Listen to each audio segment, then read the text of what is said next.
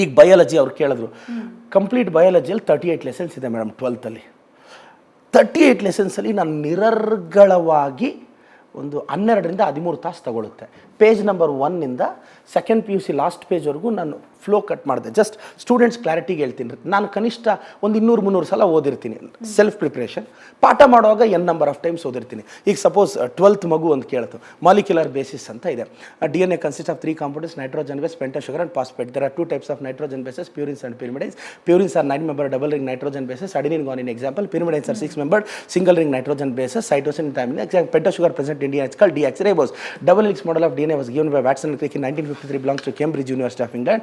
According to them, DNA consists of 2 strands running antiparallel to each other. One chain runs in 3' direction, other chain runs in 5' direction. The 2 strands are like a spiral staircase or twisted ladder. PUC ಮಕ್ಕಳಿಗೆ ಯಾಕೆ ಹೇಳ್ತೀನಿ ಬಯಟ್ಟಲ್ಲ. 100 ಸಲ ನಾನು Kannada medium ಹುಡುಗ, ನನಗೆ English ಇವತ್ತಿಗೂ ಬರಲ್ಲ.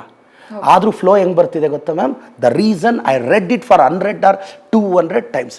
ಪದೇ ಪದೇ ಓದಿದ್ರೆ ನಿನ್ನನ್ನು ಈ ಸಮಾಜ ಪದೇ ಪದೇ ನೆನ್ಪಿಟ್ಕೊಳ್ಳುತ್ತೆ ಮಗನೇ.